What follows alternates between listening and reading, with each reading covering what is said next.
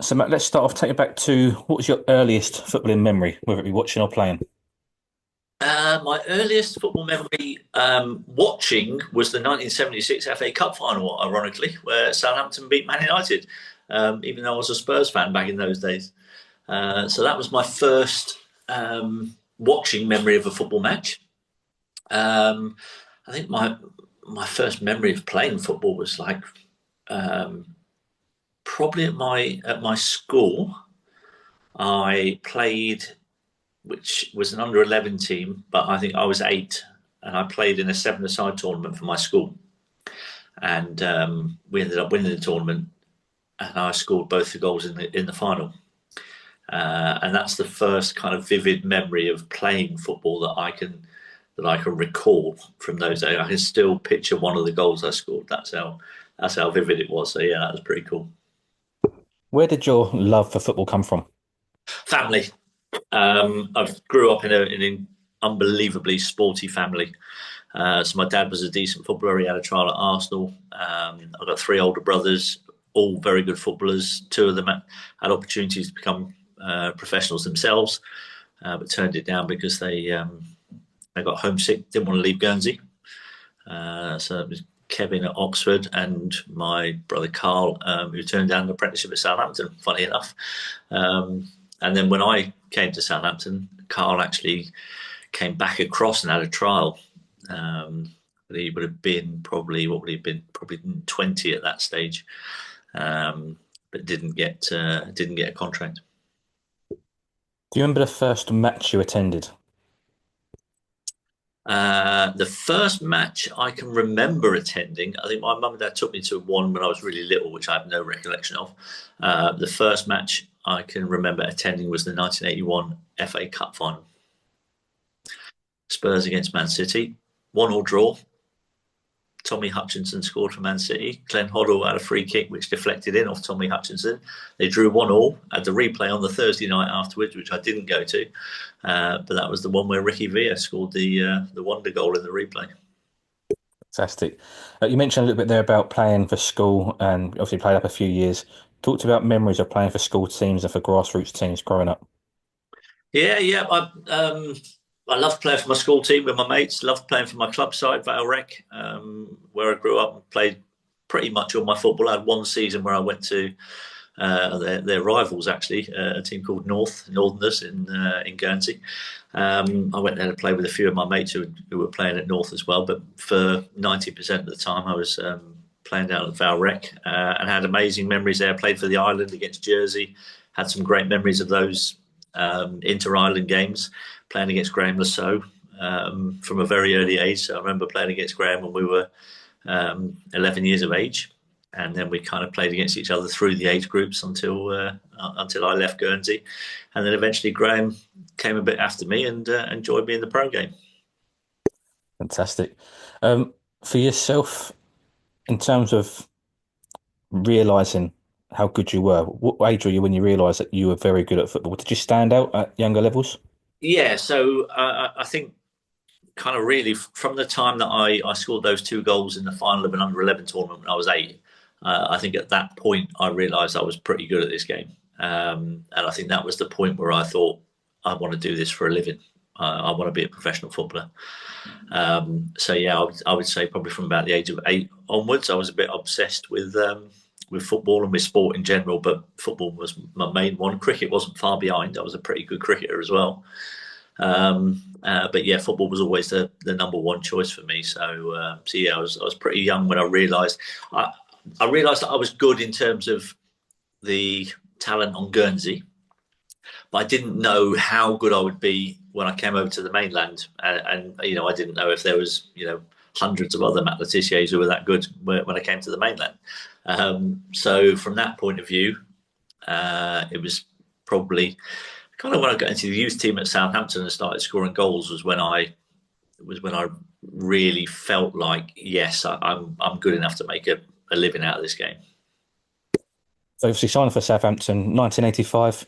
How did that come about? Was you scouted? Did you go for trials? What was that? Yeah, no, I was playing for the Guernsey under 15 team. We had a tour of Hampshire, and one of the games was in on Millbrook Rec, which is probably only about 15 minutes from where I'm sat right now. I didn't know there was a scout at the game, but my manager at the time, the manager of the Guernsey team, asked me to play out of position in this particular game because I was always a centre midfielder for my school and for my club team. And this particular game, he asked me to go and play on the right wing because he wanted to have a look at a couple of other players in the centre of midfield. And so I did. And little did I know there was a Southampton scout there. Next thing I know, I'm invited for a trial. I obviously rock up at this trial, and this scout who didn't know any different thinks that I'm a right winger. And I was like, I'm not going to say anything. I'll just do my best wherever they put me. Do you know what I mean? So yeah, for the first few years of my career, I started out as a whippy little right winger with a bit of pace. When was it that Southampton realised actually you're better suited than an 8 or a 10? I think it was kind of Alan Ball was probably the first one that really kind of moved me into a position where I was kind of could do the most damage. You know, I was pretty good. I was still scoring lots of goals as a winger. I wasn't a traditional kind of winger that would go down the byline every time and cross for the centre forward.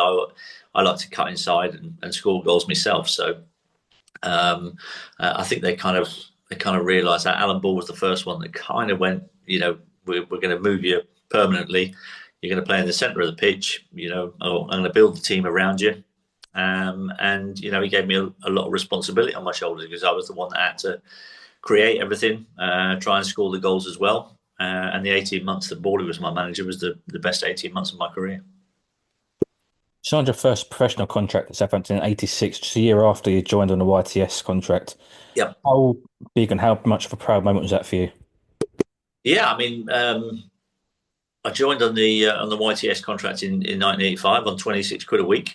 Yeah, but obviously that was just pure spending money. Everything else, we didn't need money for anything else. We had our food, our accommodation, bus passes all paid for. So that was just kind of our spending money. But then when I signed my first contract in '86, I was on £100 a week, and I was chuffed to bits. You know, I was delighted just to have got a pro contract. It didn't really matter what money I was being paid. This was my opportunity to kind of be a professional footballer. I'd already made my debut in the first team by that point. So, you know, I had a pretty good idea that I was going to get a contract. But normally, back in those days, you know, as apprentices, you'd be given a 1 year contract. And then, you know, you've got another year to try and prove yourself in the reserves and all that kind of stuff. But luckily for me, Southampton offered me a 2 year contract straight away on my 18th birthday. So I kind of had a little bit of you know, a little bit of a more time than most others did to kind of really cement myself in the first team squad. Well, after a couple of seasons and you cement yourself in that first team squad, 89-90 season, you won the PFA Young Player of the Year award. Yep. Again, talk about proud moments. How big was that for you? Yeah, that was pretty cool because I'd actually started that season not in the team, you know, and it was only the fact that Danny Wallace got sold to Manchester United in the September, I think it was, of that year, and that kind of left the place open for me in the team, and I took my chance really well. I ended up scoring 24 goals that season, you know, and I think my other opposite winger in the team, Rodney Wallace, also had a fantastic season and could quite easily have been Young Player of the Year. You know, he scored 23 goals that season. He was a year younger than me, so you know, I think we finished first and third in the Young Player of the Year category that year, which was pretty cool. So yeah, that was a pretty proud moment to know that, you know, the players that I was playing against week in, week out all felt like I was a decent player, you know, and that's a nice little bit of a massage for your ego there. Does it feel more rewarding when it is the Players Player award? Yeah, I think it does because the players kind of know what you have to go through. They know what it is that you sacrifice to get to the position you got to.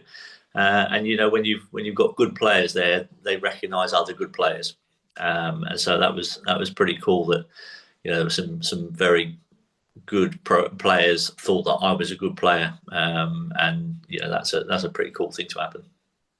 Well, you mentioned about 24 goals that season, and season after season, you just couldn't stop scoring. You were the first midfielder to score 100 Premier League goals. You converted 47 out of 48 penalties, which is unbelievable. I want to talk to you about your mentality in terms of scoring because you wasn't a striker. You mentioned you played right wing, you played centre mid. What was your mentality in terms of scoring the goals? Why was you so hungry for that?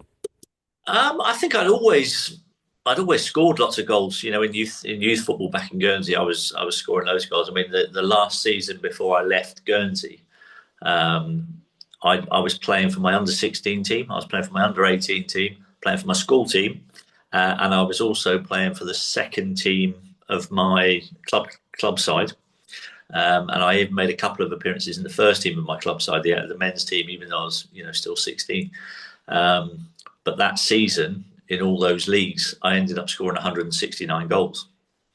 That was kind of that was my DNA. That was what made me a footballer. I loved scoring goals. I was good at it. I was a good dribbler, good finisher. The penalties were something that came a little bit later on. I did take penalties as a kid, but I'm pretty sure I missed a few. In fact, I know I missed one in a very high-profile game. Actually, it was the Guernsey versus Jersey under 15 match, and I missed a penalty with a few minutes to go, which would have won us the game. Luckily, it went to extra time, and we did end up winning in extra time. But I can still remember missing that penalty. I know exactly where I missed it. It went past the post. It was a rubbish penalty, and I can still picture it to this day. So yeah, the penalty stuff kind of came later. I by accident really, because Southampton had missed a few penalties in the 88-89 season, and at the start of the following season, the manager was looking for a penalty taker, and he basically went, right, if anyone fancies taking penalties, we're going to have a competition after training. So if you're up for it, rock on up and have a go. And so I was like, oh, I can take penalties. I can do that. So I did. I went and we had this penalty competition. I never missed one in about 12 goes, and ended up being given the job of taking the penalties. And that season, I think we had 8, and I scored all 8. I mean, you done all right at penalties, didn't you? Talk to me about, you mentioned training there. For you, in terms of striking and shooting, finishing, things like that in training, did you do anything different to your teammates or anything in particular for you that worked? I think I was quite lucky. I had quite a good technique where I could, I timed the ball well, so I could get a lot of power in the ball without really trying too hard. So it was almost kind of like effortless power. I like to think that I was the Ernie Els of the football world. Ernie used to just not look like he's hitting the ball and it goes for absolute miles.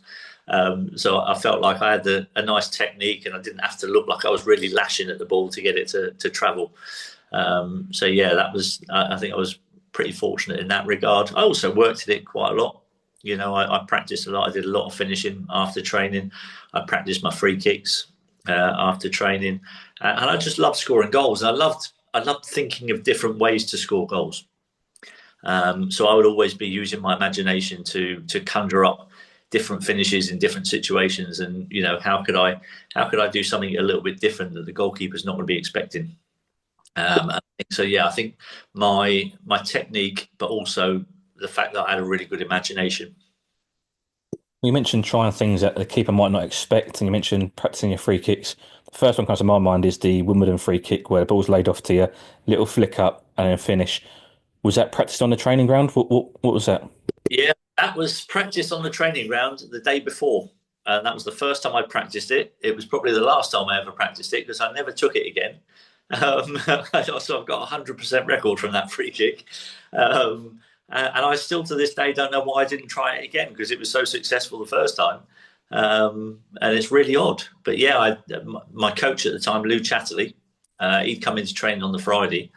And when we finished training, he said, I watched a European game in the week. He said, and I saw this lad do this free kick. He said, I think you could do it. And he explained to me what it was. So I was like, yeah, that sounds pretty cool. Let's have a go. So I took about 10 or 12 free kicks on the day before the game. About 8 of them ended up in the trees behind the goal. But a couple of them went in, and I thought, well, that was all right. And then when we get this free kick the following day, I'm ready to just clip it over the wall, try and get it up and down over the wall. And Jim Magilton come up to me and he just went, "Why don't we try the free kick from yesterday?"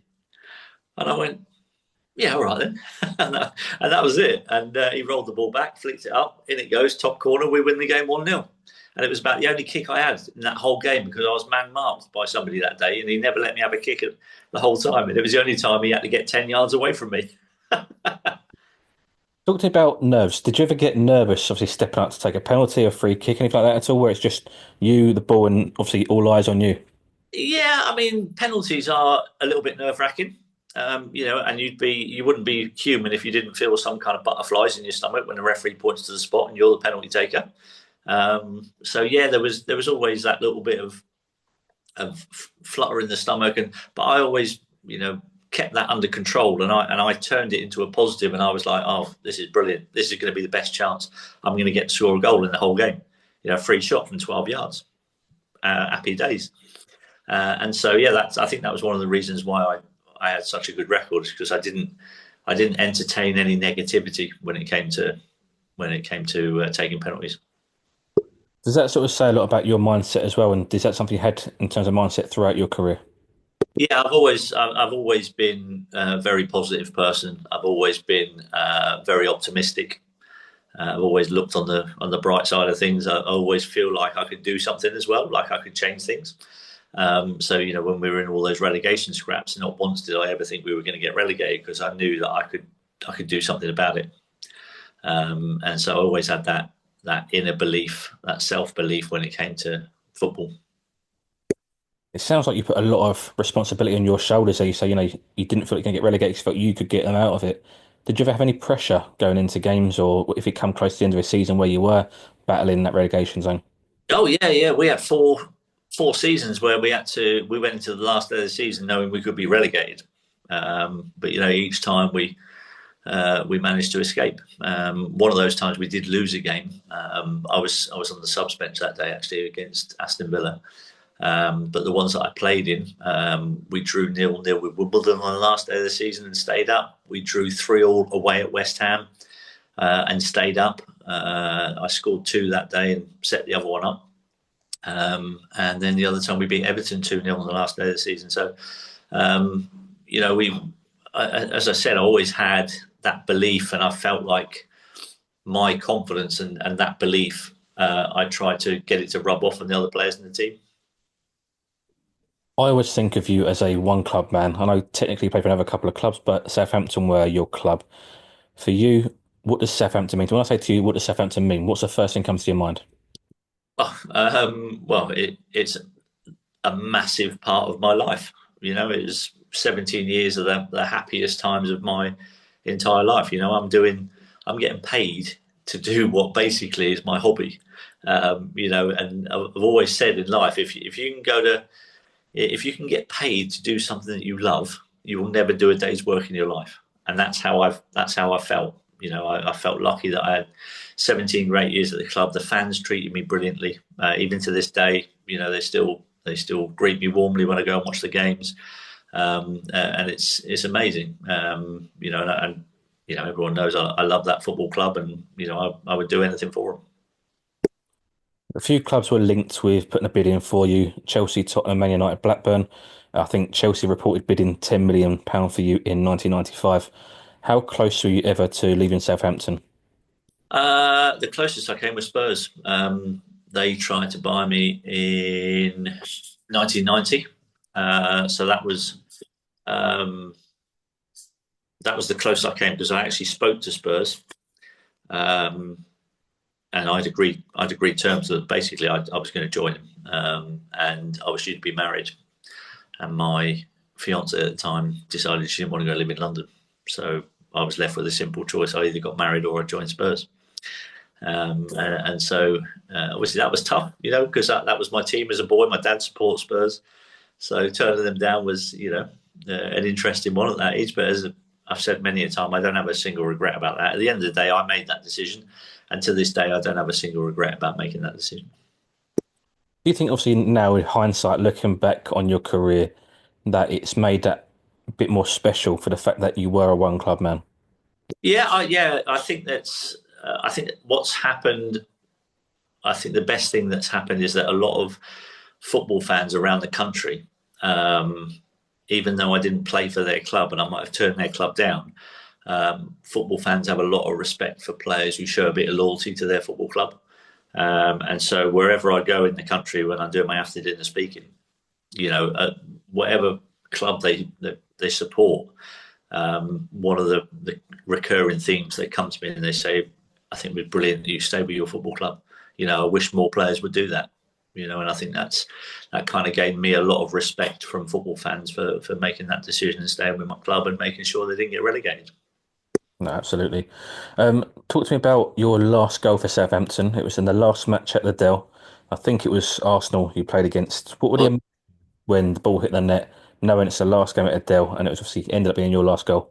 yeah, I mean that was a pretty special day. I mean I'd had a pretty poor season, if I'm honest. I'd been injured a lot. I was 32, I think, at the time, and it had been a really tough season for me. And then we got to play the last game at the Dell when our manager Stuart Gray at the time, came to me about 4 or 5 days before the game. And he said, "Look, you're going to be on the bench on the weekend, and no matter what happens," he said, "when the final whistle goes, you're going to be on the pitch because of what you've done for this football club."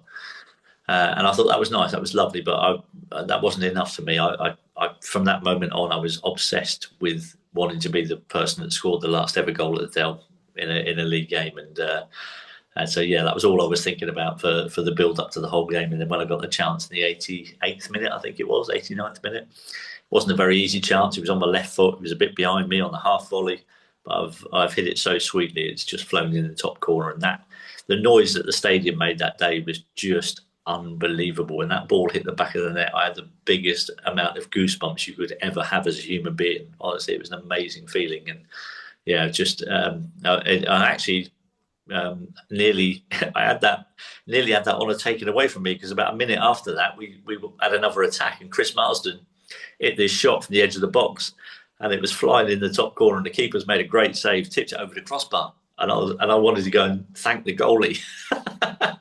But I didn't think that would look very good. So I just jogged across to take the corner because obviously I was the one that took the corners. And as I'm jogging across there, I'm stood put the ball down in the quadrant, and I'm thinking, I don't really want to put this in the 6-yard box because someone might score it here, and then I won't be the last player to score. So I looked at Wayne Bridge, who was like right on the halfway line. He was playing left back for us. He's right on the halfway line, and I've looked at him. I've gone, like that, Bridgie, come here. And he ran all the way down from the halfway line. So I just tapped the ball to him short, and as I did that, the referee blew the final whistle, so no one else could score. So yeah, that was pretty cool. With all the emotions that surrounded that goal, is that your favourite ever goal you scored? It is my favourite goal. When I look back at my career, if I could relive one goal again, it would definitely, for the reaction that it got and for what it meant to the football club, that would be the moment that I would choose to relive again. Yeah, I scored better goals. Don't get me wrong, but if I had to relive a moment, it would be that one. With football's highs, but with the highs come the lows. I want to ask you about something that is in your autobiography, and that is the betting scandal that you was involved in. I want to firstly ask you why you placed these bets. I didn't place any bets, so it was none of my money involved. It was one of my mates had come to me and said, "Oh, his mates have got some spread betting accounts in his mates up in London, and they do these bets where they bet on the first throw in." And he'd come to me and he went, "Well, we could just kick the ball out of play and they'll win some money." So I was like, "Well, that sounds like a bit fun." So I went to do it, messed it up, and yeah, they almost ended up losing a lot of money and not winning a lot of money because of my mistake. And so yeah, there's a massive misconception about that I was the one that was placing bets on it, but I've never ever had a spread betting account in my life, so I couldn't have possibly placed a bet on that. So yeah, it was something that when I look back now, it was probably a little bit foolish, but I was young and I just thought it'd be a bit of a laugh, without realising the implications of it, if I'm honest. So yeah, I ended up writing about it in my autobiography, but only as a lesson to other footballers who might be thinking about doing the same thing. to warn people not to be so stupid as I was, basically. But by doing that, you know, Talk Sport decided to go to town on me in one of their shows that day and said, you know, I should be banned from football. You know, Sky suspended me from Soccer Saturday for a couple of weeks until all the furore died down. Yeah, so it's not an episode that I look back on with any pride. But you know, it happened, and I got to own it. You know, and I did. I wrote about it multiple to try to warn other people, and I think that was the right thing to do. We see a lot of as well things like match fixing over in Italy, especially. There was a big scandal with Juventus a few years ago. How rife is gambling or match fixing, etc., in football, to your knowledge? To my knowledge, there were a few teams that had, you know, done the whole kick the ball out of play from the kickoff. Um, but I've never heard of any team that had thrown a match like in my whole career. And speaking to every other professional, you know, yeah, they had a mess about with the time of the throwing, but I don't remember ever speaking to anyone who was match fixing. You know, I was at Southampton when Bruce Grobbelaar was accused of, you know, throwing games by letting goals in. But again, I don't think that was. I don't think it was kind of match fixing. I think it didn't really matter about the score of the game. I think he just had to let in some goals. And I was involved in one of the games that he was accused of letting a goal in. And I've got to be honest, at the time of that goal, before I knew that this was, you know, one of the games in question, when the goal went in against Coventry that day, I actually stood on the pitch and I thought, he's just let that in. And then when all the accusations came out, and one of the games in question was the one that I'd had these doubts about, so it kind of made me go, oh, blimey, I did think that was a bit dodgy. So, you know, Bruce is the only one that will be able to tell you truthfully if he did do it, you know. But yeah, I never had any other professional footballer who said, oh, they've been paid to throw a match. Back onto the highs. You recently told me on Twitter that your biggest pinch me moment was playing for England at Wembley. Just talk to me about what it was like to represent England and wear that shirt, national anthem, etc. Yeah, as I said before, you know, from the age of 8, I wanted to be a professional footballer, and then what comes with that is obviously you want to represent your country. Now, I grew up in Guernsey, and I just wanted to play for England. You know, I could have played for any of the other home nations really, because being a Channel Islander, I'm not actually English. But I always had this thing where I wanted to be a footballer or I wanted to play for England. So yeah, the first day that I got onto the pitch at Wembley wearing the Three Lions was a pretty special day. You know, I had all my family up in the stand. Incredibly emotional. I remember going up to the players' bar afterwards and seeing my mum and dad. I never swapped my shirt that day, and I just took my shirt out of my bag and I just gave it to my parents and just said thank you to them for all the support that they've given to me down the years. And so I think that was one of my favourite moments in my career. I think, given, you know, being able to give that shirt to my parents for everything they did for me growing up. Absolutely. Any disappointment you didn't get more caps for England? Oh yeah, yeah. I would have loved to have had 100 caps for England. I'd love to have played in a World Cup. You know, even a Euros. I would have loved to have played in a major tournament. But you know, sadly for me, it wasn't to be. I made decisions that might have impacted that. As I said, with the turning down Spurs in 1990 when Terry Venables was manager of Spurs, he then went on to become the next England manager. I turned Chelsea down in 1995. Glenn Hoddle was manager of Chelsea. He then went on to become the next England manager.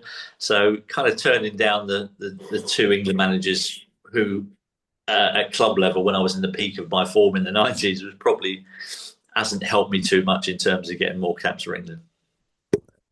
But do you not think that they wanted to sign you, therefore you're clearly their sort of player, so you should have technically more caps for them? I That's one way of thinking about it. But when you know the story, both times, both managers, when my agent went back to the club and said, "No, Matt doesn't want to sign for you," both times, both managers said to my agent Jerome Anderson, said, "Oh, can I speak to him? I want to speak to him to try and persuade him." So my agent rang me back and went, "Terry wants to speak to you. Glenn wants to speak to you." And both times I went, "No, I don't want to speak to him. I've made my mind up." so I kind of blanked them really. And so yeah, that probably wasn't. I probably should have taken those calls and then explained myself on the calls, and it might have been a bit better. Fair enough. I want to go to testimonial now. The England 11.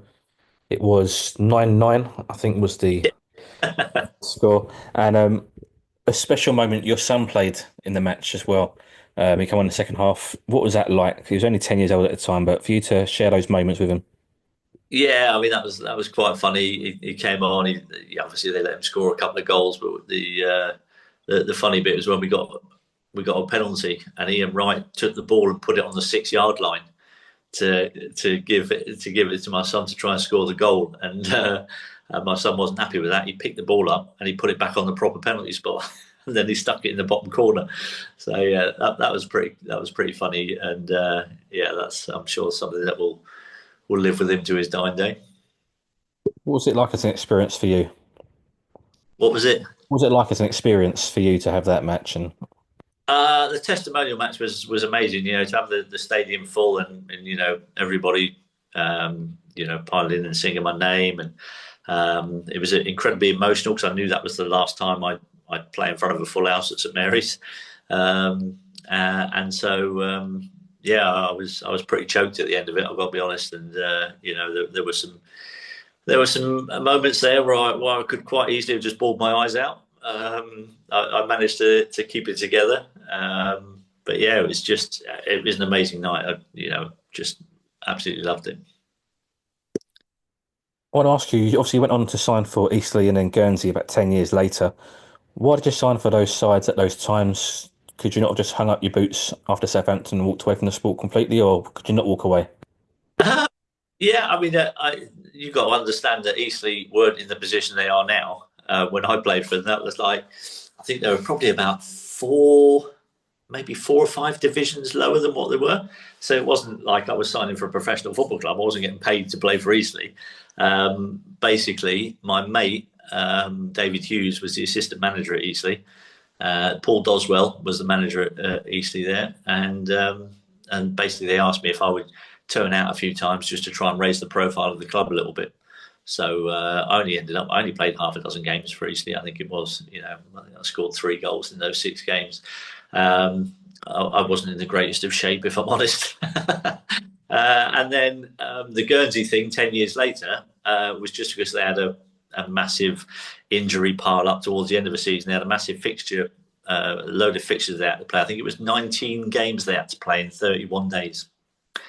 And obviously the players started getting injured. They picked up a load of injuries. My brother has helped, was one of the founders of the team, and he just said to me, he said, because I was training to do a half marathon at the time, so I was actually in reasonable shape, and he said, we're a bit short. He said, would you mind signing on for us just in case we?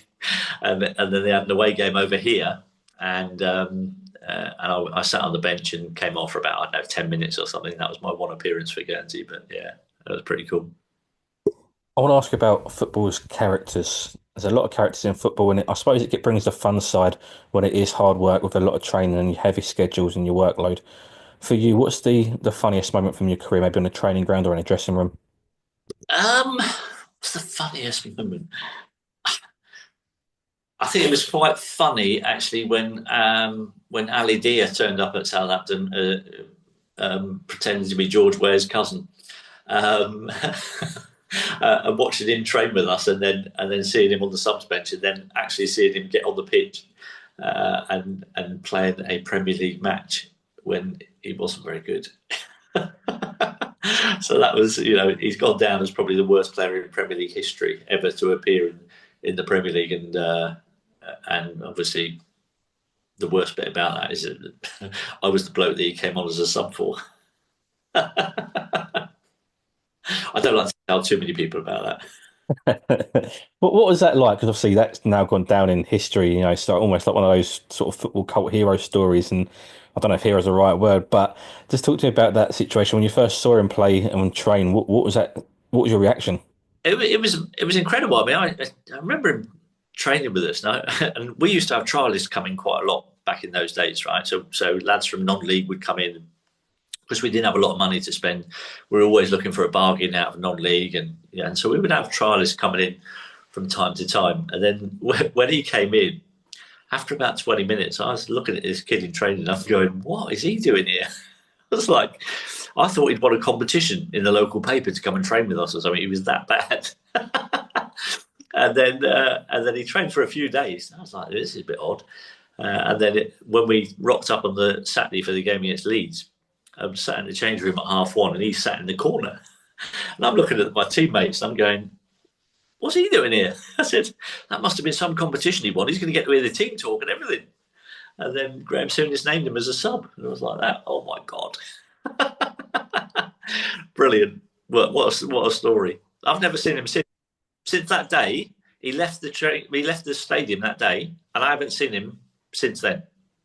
He just upped and went. Fantastic, that. Brilliant. Listen, we go from Ali Dyer all the way through to Xavi, the Barcelona midfield maestro. He came out and said when he grew up, he idolized you. How does that make you feel? Yeah, that was pretty cool. That I think that was back in 2010. I think that was in the build up to the World Cup, and he did this interview, and I was like, wow. I mean, how cool is that? I mean, I didn't know they had English football on the telly back in Spain in those days.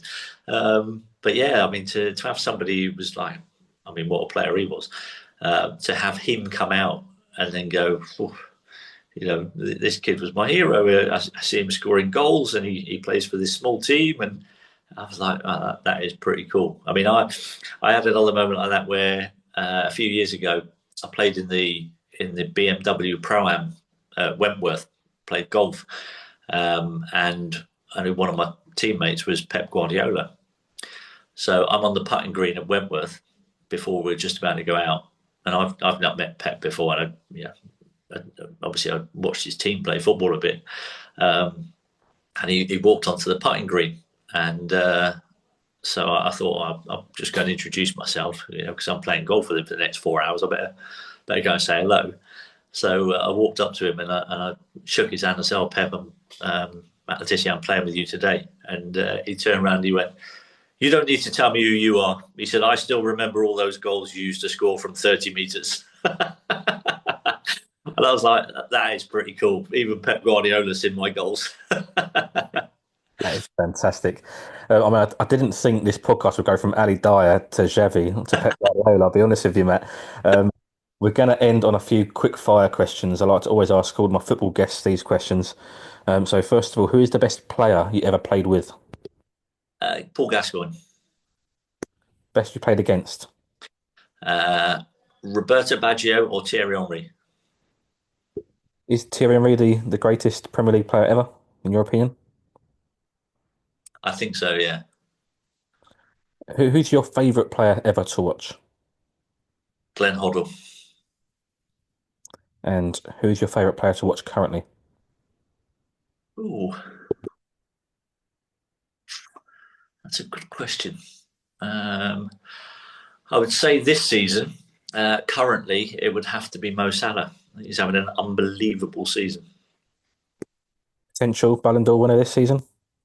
I mean, if he doesn't win it this year, he'll never win one because the numbers he's putting up is just incredible. Absolutely. And just the last question, what's the biggest change you've seen in football from when you started to now? Um, there's probably three. Standard of the pitches, amount of money they get paid, and VAR. Your opinion of VAR, good or bad thing? I thought it was good, but the idiots have ruined it. I agree. Matt, thank you very much for talking us through your footballing journey. It's been a real pleasure speaking to you. You're welcome, mate. Great to talk to you. Thanks very much.